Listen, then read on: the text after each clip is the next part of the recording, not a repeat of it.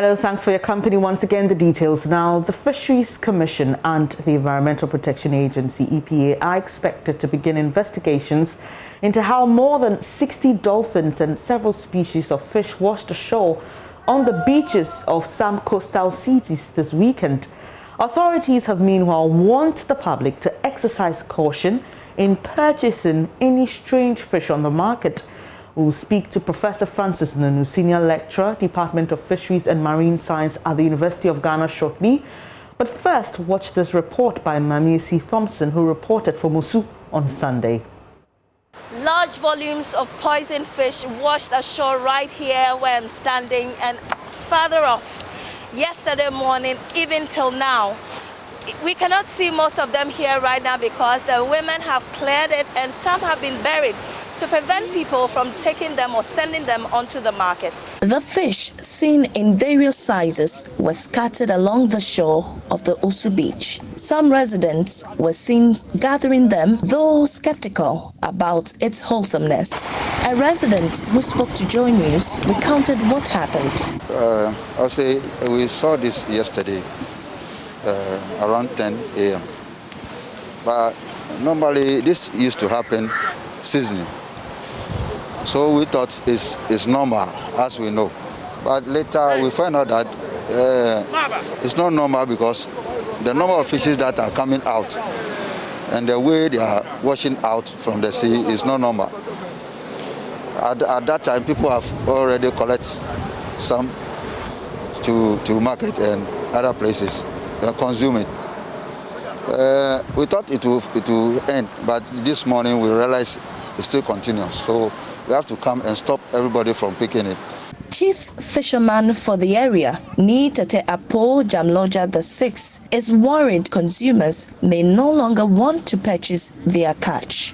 Given that there was such clamor for this fish at the beach yesterday, it is possible it has already made its way onto the market. The Municipal Health Directorate and the Ghana Standards Authority are said to have taken samples for investigations. The Municipal Chief Executive of Clote Kole, Nia Ajay Teria, says the Assembly has taken some steps to ensure that people don't consume it.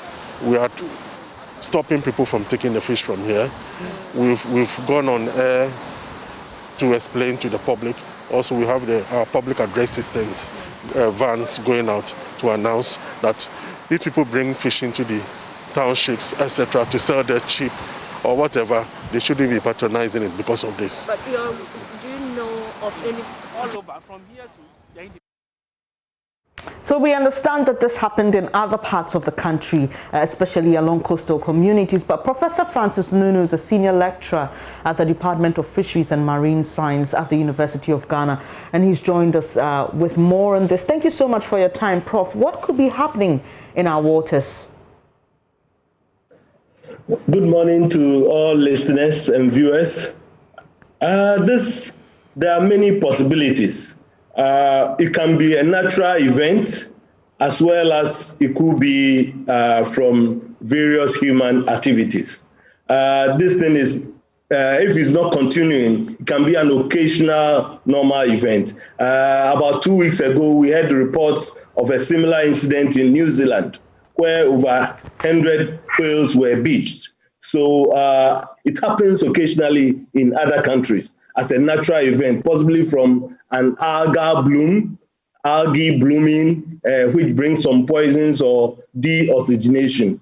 It could also be through activities of humans, our excessive disposal of waste into the oceans. It could also come from leakages from oil activities, oil exploration activities, and oil production activities. It could be from seismic activity, from oil exploration activities. It could also be from bunkering activities where oil has leaked. It could also be from discards from trawlers, etc. But we are ruling out that one because the sizes are big. So no trawler would discard big fishes. It could be pollution from land, or the oil we also put into the sea, and various things. So as at yet, we can't finger any particular. Various investigations are going on, and it's only after that that we can stick our neck out and say this is what is causing the problem. Indeed, talking about investigations, we understand that the Ministry of Fisheries is also looking into this matter. But Prof, should fishermen still go out to fish in these same waters? Yes, the sea is huge. The oceans of the world are huge and have a natural tendency to be able to cleanse itself. So there's whole fish out there. Fishermen can go fishing. These two scenarios, the Azim dolphins and then the multi-species that we are catching, we are seeing in Accra, must be seen as related event, but a bit separate. Because if what is happening in the western part of Ghana is also the same, you could have seen more fish species in western part of Ghana. But the dolphins are separate. And in Accra, we are getting the multi-species of fish. All right. So I would say that fishermen are safe, but they should catch wholesome fish. They can go to sea, but catch wholesome fish. Prof, how do they determine if the fish is wholesome? You've given us a lot of reasons why we are seeing what we are seeing, and one of them was algae blooming. You mentioned that, which creates poisoning in the water. So how do I know if the fish I'm catching has come into contact with that poison, and as at the time of being caught had not yet died? How do they determine the wholesomeness of the fish? Fishermen have the signs. Actually, when you pick a fish which is freshly caught, you see that the gills, I can see from your TV, from your screens, the gills are red and fresh. But if the fish has some smell, as well as have some spots, or the gills are not as red as it's supposed to be, the fishermen have ways of telling that this is not a freshly caught fish. It's not a wholesome fish. So look at the telltale signs on the fish, Prof, especially look at the gills. Going to the seashore, you see some of these fishermen come with tons of fish. Are they going to go through each of them to say, and my question to you is, isn't it safe to give ourselves a certain period for which we can determine the exact cause before saying it's safe for a fisherman to go back? Hopefully by tomorrow, various reports from various incidents will come out. My department, the Department of Marine and Fisheries Science of the University of Ghana, is collaborating with IESS of the same university. We have taken samples, and as at now, we are almost at the lab analyzing them. The Fisheries Commission has taken samples, the FDA and others, GSA, have all taken samples, and various labs are really on the spot working. So we are hoping that latest by tomorrow or even by close of day, we can pinpoint something. But for now, to avoid panic, people can go about their normal business. And the situation is not as you know, because the outpour of the fish have ceased for now. It's not continuously. It's that one day that it came in. So it has ceased. So for now, we will say that the sea is okay, people can go fishing. All right, Prof, we just heard you mention some signs that fishermen use to detect if fish is wholesome. We've been encouraged not to eat these fish that washed ashore in various communities, but we know that some people would want to cash in on the situation. So if I'm going to the market, what should I also be looking out for to be sure that I am purchasing fish that is wholesome? Yes, we shouldn't purchase fish that is so cheap. Such fishes will be sold very cheaply. We all know the normal average rough prices of fish. So if you see somebody selling a very huge, high class fish for very cheap, you must question it. You must question it. And also, if you look at the fish, you should look at the telltale signs that I'm talking about. Cheap fish is dangerous. Please, let's not buy cheap fish. Finally, before you go, Prof, so what happens next after we determine the cause of this incident? Yes, the various institutions are going to issue out directives, and that will include some policy directives or something to the industry as to what we should do and to the public as to what we should do. But for now, we can go about our normal business and be careful of these fishes. And I would say that the various institutions should quickly inform the public on the situation so that we can know what to do. I appreciate your time this morning. Professor Francis Nunu is Senior Lecturer at the Department of Fisheries at the University of Ghana. So he just says that don't panic and go about your normal business, but be careful what you buy on the market. Away from that, police are on a manhunt for a fetish priest who's alleged to have requested body parts from the two teenagers who murdered an 11-year-old boy in Kaswa in the central region. The two young men, 16 and 17, are currently in police custody. The suspects are alleged to have lured the deceased to an uncompleted building and hit his head with a club, killing him instantly. According to the suspects, a fetish priest in the Volta region told them to bring body parts for money. Here's Deputy Public Relations Officer of the Central Region Police Command, Sergeant Evans Anti. He says the suspects are still in the police custody, but is calling on the general public to assist with further information that can lead to the arrest of the priest. On the 3rd of April 2021, at 10:15 in the morning, the Kaswa Divisional Police Command received a distress call that there has been a ritual murder at Coca-Cola near Lamtemios, a suburb of Kaswa. The police proceeded to the crime scene and saw a young boy in a pool of blood in the uncompleted building. Initial investigations done by the police revealed that the deceased's name was Ishmael Mensah, who's of 11 years of age, and that on the same day, suspects Felix Nyako and Nicholas Kinney, aged 16 and 17 years respectively, lured the deceased to the uncompleted building and hit him with a club and cement blocks, killing him instantly. Suspects after that buried deceased in the uncompleted building, awaiting his removal in the night for ritual purpose. The body of the deceased has since been deposited at the police hospital mortuary, awaiting autopsy and preservation, while the suspects have been detained to assist police with investigation. Investigations are ongoing. Police would like to use this opportunity to urge the general public that whoever has information concerning the death of Ishmael Mensah should kindly go to any police station near them, or can go to the Kaswa Divisional Police Command, or can call the toll-free number 18555 to assist the police with investigation. So residents of the area have responded to this. They say they will lynch the suspects if the police grants them bail.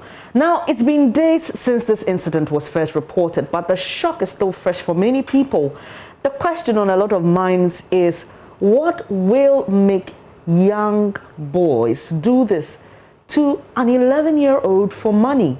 Pressure, sheer wickedness, or name it? Well, we've been joined by the Vice President of the Psychiatric Association of Ghana, Dr. Ruth Uzuentri, to get into why this will happen, and especially with young people like this. Thank you so much for your time this morning. Let's get into the mind of young people. What, like Sam will say, what in the world will make two teenagers kill an 11-year-old boy in this gruesome manner?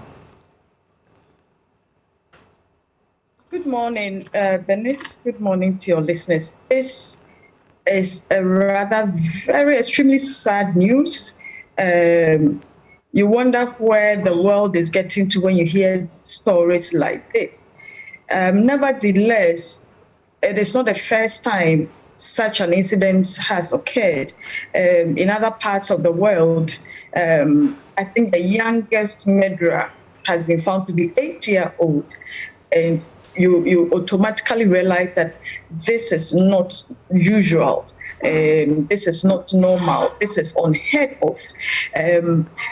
As far as I'm concerned, the story is saying that these young people who did the murdering of their colleague friend or their younger friend had in mind to get more money or to get sakawa. When children or adolescents think about getting money like this and decide to use gruesome means like they have done, obviously there would be an underlying mental health challenges, and we should not only be interested in punishing these ones, but we should be able to seek good mental health for them so that such a crime does not repeat itself. In fact, when you look into the literature, children who commit murders like this would have done it severally, or if it goes overlooked, they are likely to repeat it. What is possible is a disorder we call conduct disorder. Conduct disorder is generally, or in layman terms, I would say that it is children who commit societal vices that are inappropriate for their age and that is over the societal norms, or that is against the societal norms. I mean, when you get 11-year-old, for instance, what you expect, the social vices you expect the child to do is steal maybe one meat from the soup, for instance, and then they get punished for it. But if an 11-year-old, for instance, is actually breaking into somebody's home in the night or while they are awake to steal, that kind of vice or that kind of deviancy is above the societal age, is above the deviancy of that age group, and so possibly that child we can say that child is suffering from conduct disorder. Likewise, a teenager, 18, when you look at the story, some are saying they were 17 and 18, some are saying that they are 18 and 19. Well, the police actually says they are 16 and 17. Well, that even makes it more serious, for children with that age, actually murdering another child, that puts them in that category of a conduct disorder. And most children who suffer from conduct disorder will progress into what we call antisocial personality disorder. And this is when we do not do anything about it, when we get it at the age of conduct disorder. And when we go into the background of these 16 and 17-year-olds, it is likely that we'll find out that right from childhood, they have shown some of these deviant behaviors. They are children who are cruel, even to animals. They are the kind of children who go running after lizards just to kill them, running after chicks in the community just to kill them or to break their legs for no apparent reason. Actually cruel, not only to humans, but to animals as well. They refuse to go to school and stay in the class. They run away from schools. They will miss days. They are seen in the society as troublesome children, but most of the time, underlying the behavior of these children is the disorder we call conduct disorder. All right. Progress into antisocial personality disorder when they go above 18, and they end up as armed robbers, as rapists, as all sorts of social deviants. All right, Doc, are certain people born with this tendency to be cruel or to met out such wickedness?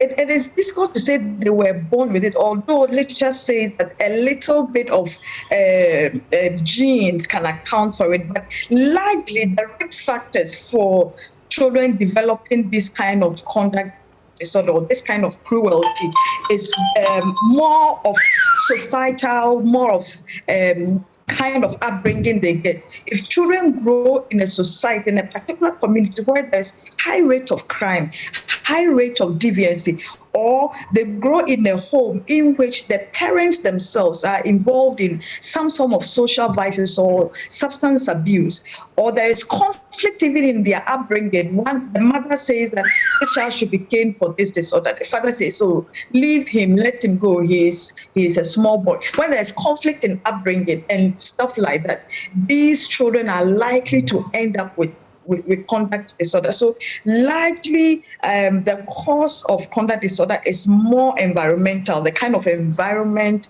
the child grows up in and the kind of upbringing they get. Talking about the environment they grow up in brings me to my next question. Some have suggested that the area in which these guys live in is known for fraud. And they see the evidence of it in other young people driving the latest models of very expensive cars. Can that alone, can that desire to be rich alone compel someone to act in this way? You see, We all go to school, and because we are told by our elders, our parents, that go to school, learn hard, get a good job, and be comfortable in life. So having the desire to be rich, having the desire to make it in life alone is not a problem. It's not a problem at all. But it is when you decide that there is one particular means or a shortcut to that riches, and that shortcut involves actually a life of another person. That is what brings up the problem. That is where the problem lies in. So if you live in a rich neighborhood and everybody is rich, and that can motivate you, you are correctly provoked onto good works. You are correctly provoked to also aim high. But if your attempt to aim high will land on using dubious means, then that is a big problem. That in itself is the problem. And indeed, the community in which that individual lives also likely informs how they get to that richness. If they talk to elders in that community and they are saying that, well, the only means to get here and the shortcut is to go and murder another person, bring body parts, then that is where the problem lies with that particular community. And so I will not only blame these people. I started that the environment in which they are raised up is also known to be a risk factor. What were the elders telling them? I am sure they talked to somebody. Once they are bringing body parts, probably they talked to a fetish priest somewhere who advised them that that is the means to become rich. That is where the problem is. And so the society in which these kids found themselves, the mentors they found in their lives, also have to be blamed for this kind of disorder. Doc, so how do we manage or treat conduct disorder in children? It is a lot of behavioral therapies. The clinical psychologists and child psychologists will handle such children. There is little room for using medications, and because it is a lifelong thing, if you don't treat them, like I said, it will progress. The moment they cross the 18th year, it changes, the diagnosis changes from conduct disorder to antisocial personality disorder. And of course, from the name, antisocial, they are whatever societal norms there are. And so basically they go through a lot of behavioral modification. Their parents are taking through therapy how to raise these children up. The society at large is also has a role to play. They are encouraged to put up a lot of recreational facilities where these children can channel their energies into. There should be, for instance, a small stadium or a football park where these children can go and release their excess energy instead of channeling it into some of these crimes and deviant behaviors. There could be a library in the community where they can sit there and actually read and get more knowledge. And if you have society with these children and some of these recreational facilities are unavailable, it becomes a challenge. And so one of the strategies is to put up these recreational facilities, in addition to managing the behavior, called it cognitive behavioral therapy. The behavior that extends up from their mind, what their thoughts are telling them, and then the psychologists tend to modify it and then also involve their parents into the best way to raise them. Thank you very much for your time. Dr. Uzuentri is Vice President of the Psychiatric Association of Ghana. I want to believe that you've learned something, picked some advice or two, basically stemming from this rather disturbing story from Kaswa. Away from that, Majority Leader Oseiche Mensah Bonsu has jumped to the defense of Minority Leader Haruna Idrisu following calls by some NDC members for his removal. Last week, some party members, including former MP for Kumungu, called for a total overhaul of the minorities' leadership for endorsing the approval of the finance minister's nomination, or they described that as betrayal. However, Mr. Idrisu told journalists after a meeting with the party that he's still in charge. Speaking on the probe on the JoyNews channel Sunday, Majority Leader told host Emefa Apau the calls for Mr. Idrisu's resignation are unfortunate. I think it's most unfortunate. On these matters, it's most unfortunate that they have come under the gavel. I think it's most unfortunate. It's all because, as I said, people got excited and agitated with the election of back being that, oh, they were going to have their day every time that they wished, which is not coming out, and they think that because of that, they are compromised. There are calls for his resignation. That is their internal party matter that I don't want to comment on, except to say that it would be most unfortunate if it should happen. Why? Because I would say that Haruna is one of their best materials. One, in terms of articulation, in terms of experience, in terms of knowledge, in terms of depth, in terms of balance. My own problem with him is that sometimes I tell him that, look, as a minority leader, he must be consistent, must be coherent. So, and it happened the other time. For instance, when we are closing, we just get up and we'll be talking to issues. You know, they are staccato approach, you know. So we touch base on this matter, then we move to another matter. So I tell him, as a minority leader, please sit down, then craft your speech so that you are consistent, you have that flow. The last time, Tuesday, I was most impressed. So when I was making my own concluding remarks and Suhini said something, I had to respond. Then he was telling me that I should keep to my test. And we all laughed about that. Yeah. So, but Haruna is a brilliant guy. Well, the majority leader also said he's unhappy with the appointment of the NDC's General Secretary onto the Parliamentary Service Board. According to him, Mr. Asiedin Ketia's membership on the board has the potential of affecting the integrity of Parliament.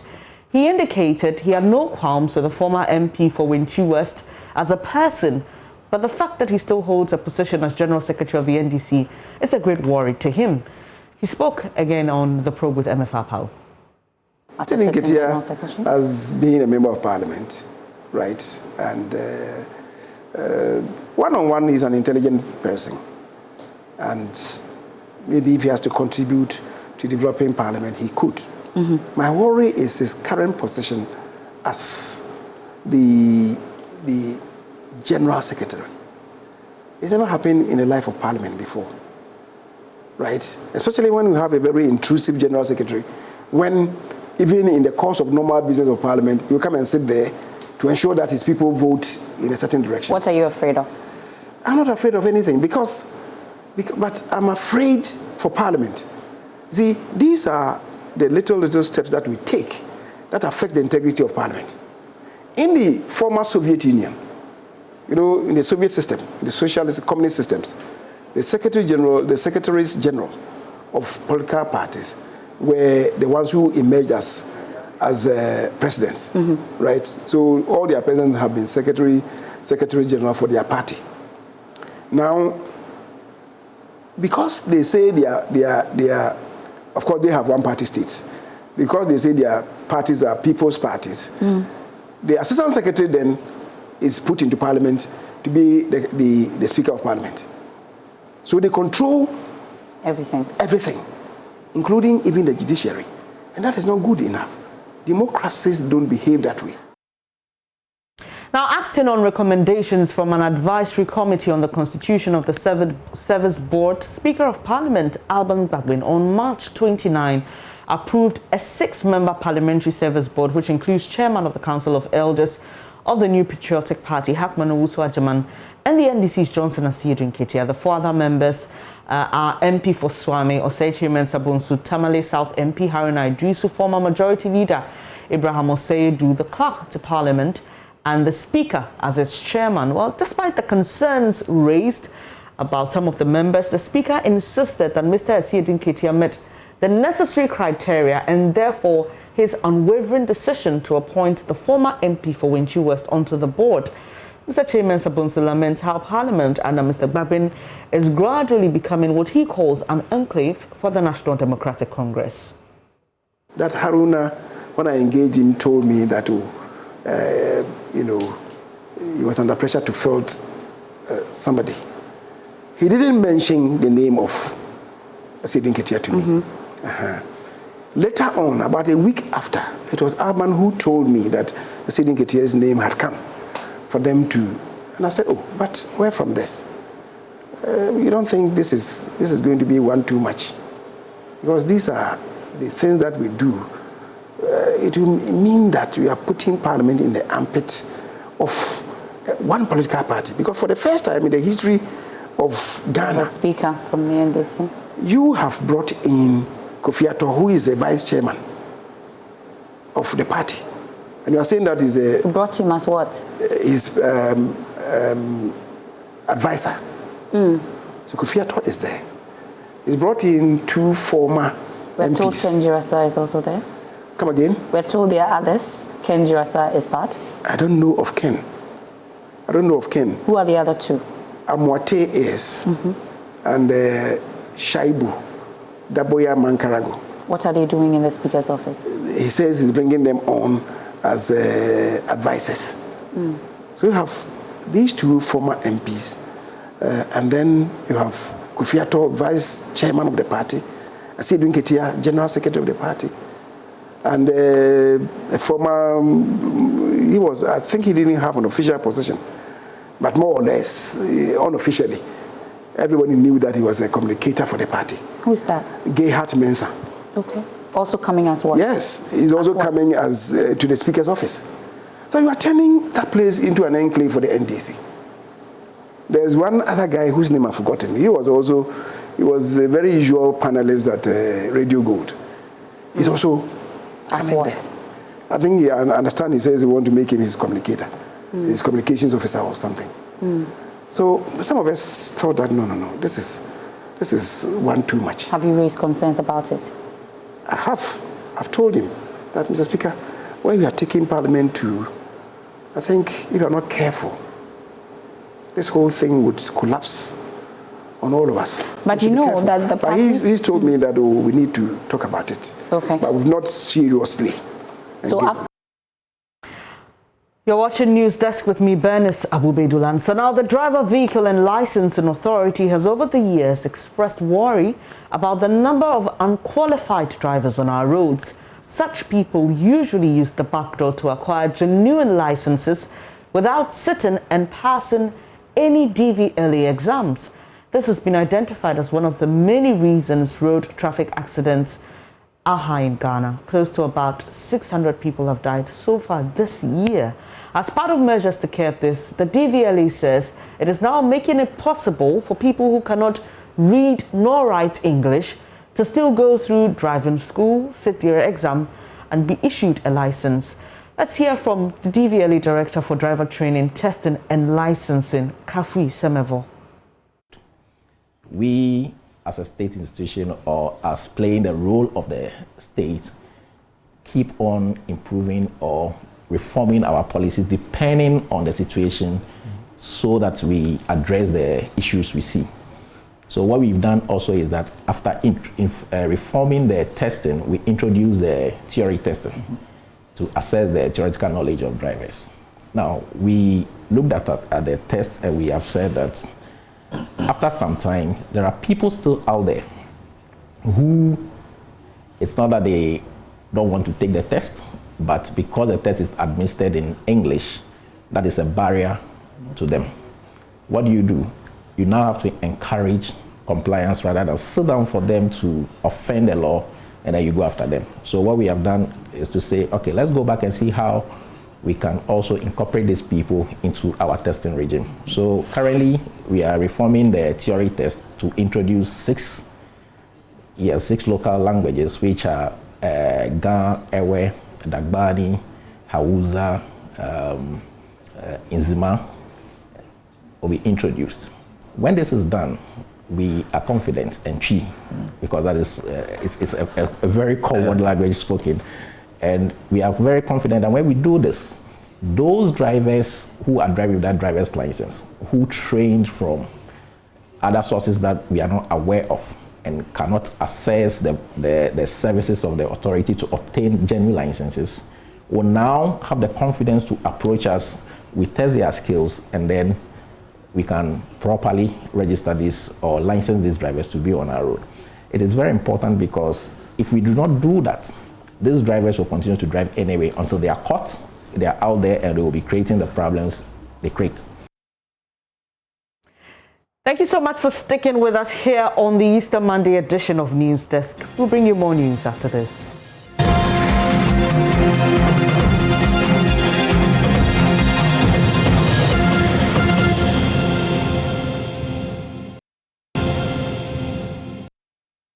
I'm Bernice Abubeidulansa, and this is News Desk. Now, how tall is the tallest man in Ghana? Could he be 6, 7, or 8 feet tall?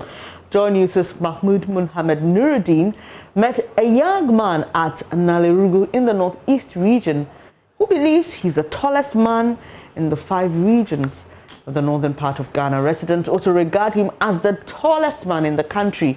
But Suleimana Abdul Samad was not born tall. Yes, more.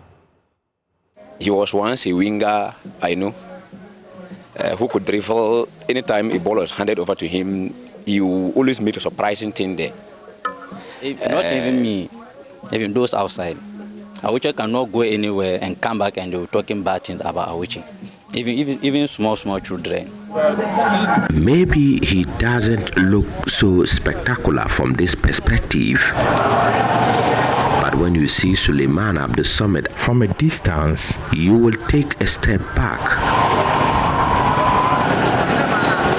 He is preparing to go to his workplace few meters away from his house.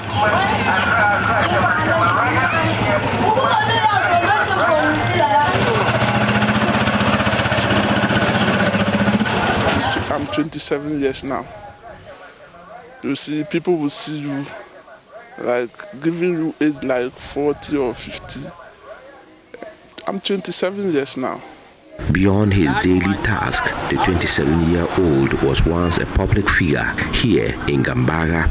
He was named after one-time Liverpool striker Peter Crouch. People normally come to this area and they rent me as a player. You understand that? People come to this area and they rent me to different area to play football for them. Leaving my team, I will be leaving my team. And then they will pick me out of my team, send me to different team. I was a winger, I was playing 11 winger. So I was a lefty. Surprisingly, he was not born tall. Suleimana, aka Awuchi, says he only woke up one day and realized his height was increasing and his foot was getting much bigger than the size of his shoe. One night I just slept and then wake up, see my everything getting big. You see that? See my everything getting big. And this my tank, it was big in my mouth, which I couldn't breathe self. So I just rushed to La Paz, my brothers, and then he sent me to one clinic around there. And yes, everything was getting big. As you can see, this is my sandals. I was not wearing these sandals. I normally have my camboos, my slippers wearing fine. And I just started getting big. My things started getting big. From that night, I just see I'm growing tall. And I don't know.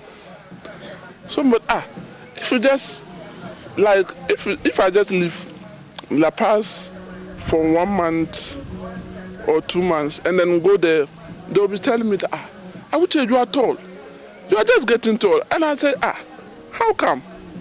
Then one night I just checked, then I saw no, my guy was not the same person. Really, what happened, I can't really tell, or we could not tell what happened. So, the issue of the sickness of Awuchi really, if I may say, naturally it has occurred. But even though natural things are there, but there are other things we can use to, let's say, curtail or control the situation. Things happen naturally, but there are other remedies one can. So, frankly speaking, I am not really quite happy for, let's say, about the situation which he's finding himself in. Awuchi does more than his mobile money business. He is also into politics. This praja was bought for him by his mentor, Vice President Dr. Bawumia. In the back of the yellow, I just wrote Dr. Bawumia on it. And nobody can question me about that. He's my mentor. You see that? Dr. Bawumia, he gave me that money. That's my signboard, Dr. Bawumia. You will see that my people will start calling me Dr. Bawumia, Dr. Bawumia. I will be laughing. Suleiman's mom died in 2015 and he lost his father too in 2019. From 2015, that my mother passed away in April. I just wrote SHS 2 years that my mother passed away. So 2 years, I just said, okay. So I was just there 2016. I was there 2017, 2018. I just decided, let me just sit down for a while. Making him not happy, marriage is one of the factors. Like, if anytime he's sitting down thinking, and there is wife in the room, the wife can make him feel not even forget about thinking again. They are all part of their plans. We had wanted to go into his bedroom to look at how his bed is, but we did not get the opportunity. Despite the slight pain he experiences time to time, he has embraced his unique condition. There might be some who claim to be taller than Awuche. He wants them to stand up and be counted. In these 5 northern regions, I don't see the most tallest. These 5 northern regions, so I don't see the tall guy who is beyond me. I'm the tallest man in the 5 northern regions, and I normally boast of it if in front of my colleagues. And so the DL guy, I went and defeated him. Yes, I went and defeated. I said he should get up and let's measure. You get up, it was in my hair.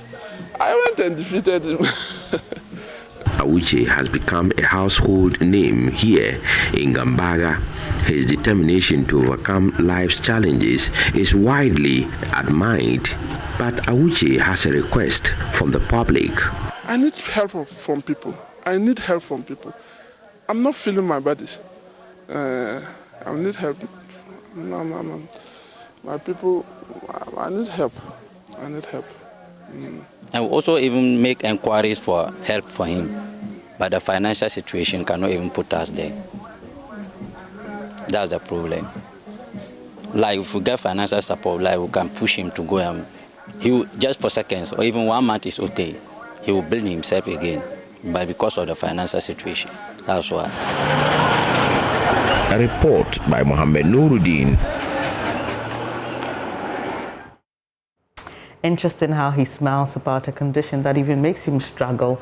Well, the MP for Esikuma Odobe Mbrakwa, Al-Hassan Kobina Gansa, is demanding the immediate return of the only fire tender in his constituency, which he says has been deployed to Cape Coast for months.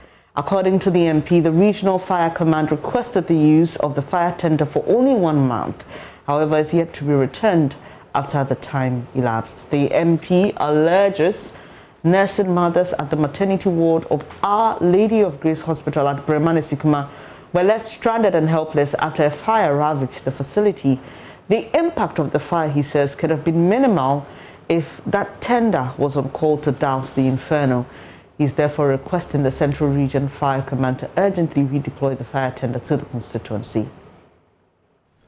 Esikuma Odobe Mbrakwa is a scattered community, and is spanning about 765 square kilometers.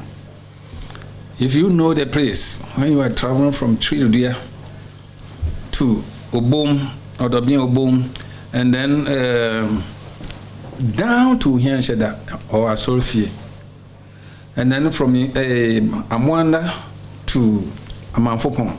I mean, it's a very scattered community.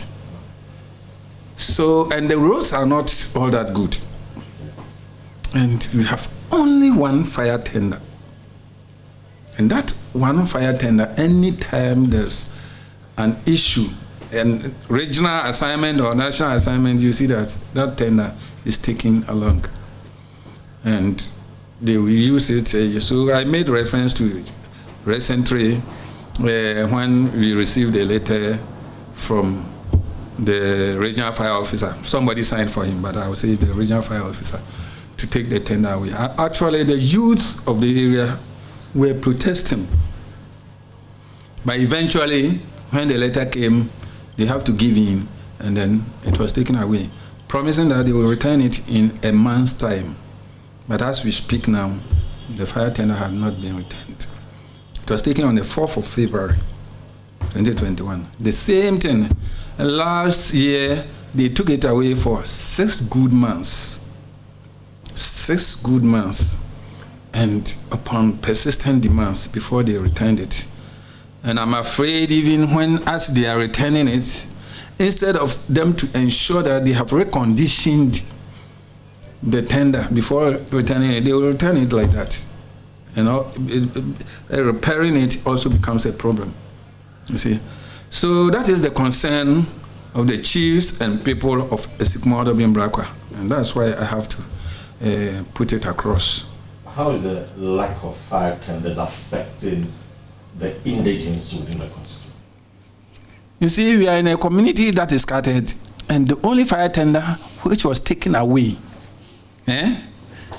within the period that was taken away, we have had 2 serious fire outbreaks.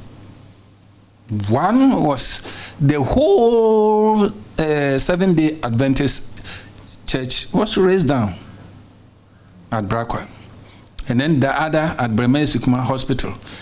It happened at the maternity ward. And can you believe that lactating mothers have to take their children, their infants, and run away from the room? People have to cram the youth, and the fire personnel and then the hospital securities have to cram the roof of the building, before they could extinguish the fire with fire extinguishers and whatnot. So you see the concerns of the people. Without fire tender, anything can happen to the people of Esikmo-Odobin-Brakwa. And that's why we are fighting for its return as a matter of urgency. And we are calling on the relevant authorities not to return the tender in a dilapidated manner. At least they should recondition it before they return it. That's what we are requesting for. Business News is next here on News Desk.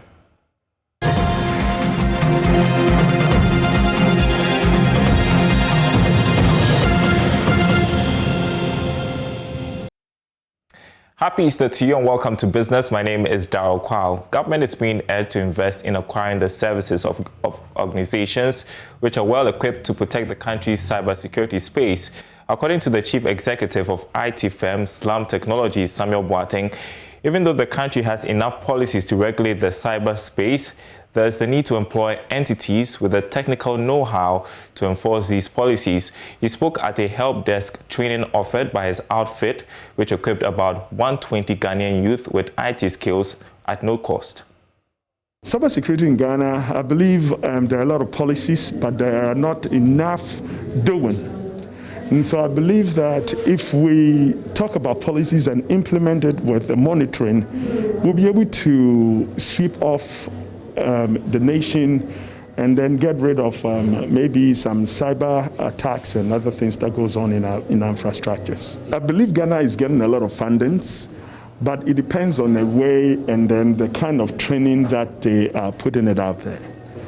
And some of the fundings definitely, I believe, goes to the government for training cybersecurity, and that is why government is setting up a lot of cybersecurity centers. But then we need the right company, right organization to train them. It's not everyone that says I'm a cybersecurity organization that understand the workings of a cyber, performing a very deep, insightful analysis on a log, identifying the patterns of the attacks.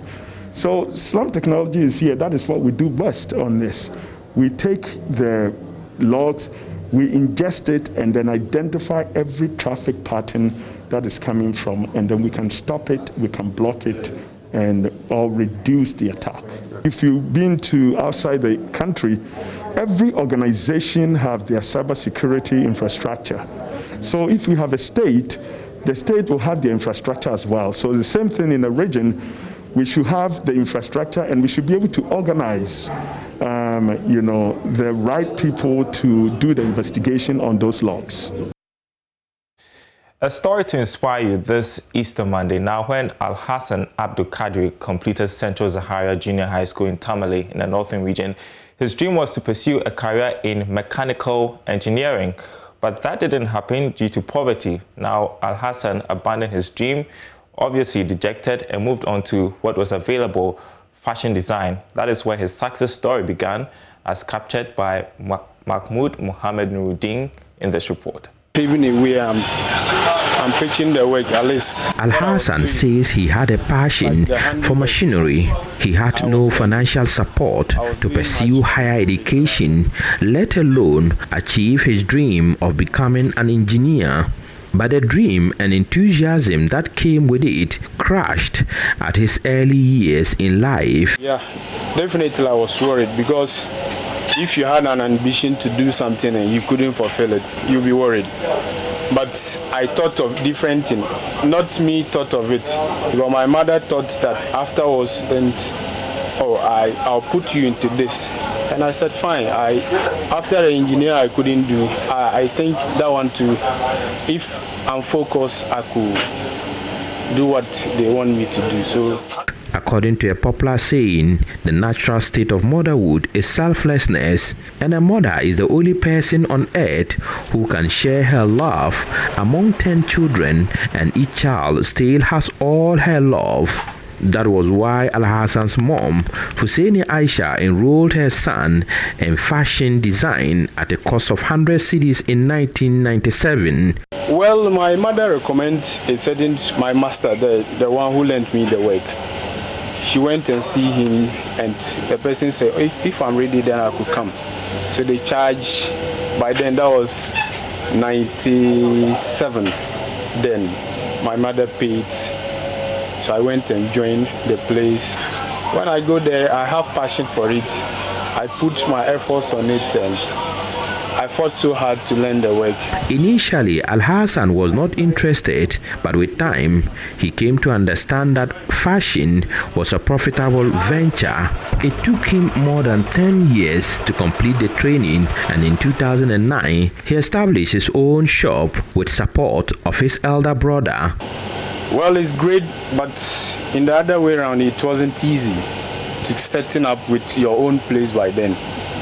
But God being so great, and with the help of the family, my senior brother was able to support me to acquire a sizable place. That was the place I used to start. A seed sown under fertile land will surely grow and bear fruits. Today, Al-Hassan makes thousands of cedis from his business, engaging 12 apprentices. Most of his apprentices are junior and senior high school graduates who wish to become like him. And I have a lot of customers, both in Tamale, Accra, Kumasi, because with the things that you upload maybe on Facebook, your status, someone will view and see, like, admire. So I do cut across Tamale, Accra, and other stuff. But we are making it.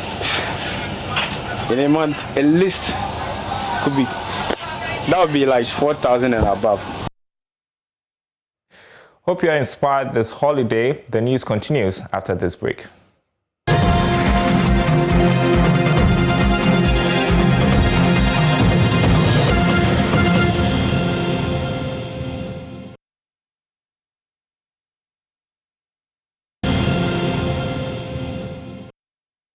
Thanks for your company on this Easter Monday edition of News Desk. Really appreciate it. There's more news when you log on to myjoyonline.com.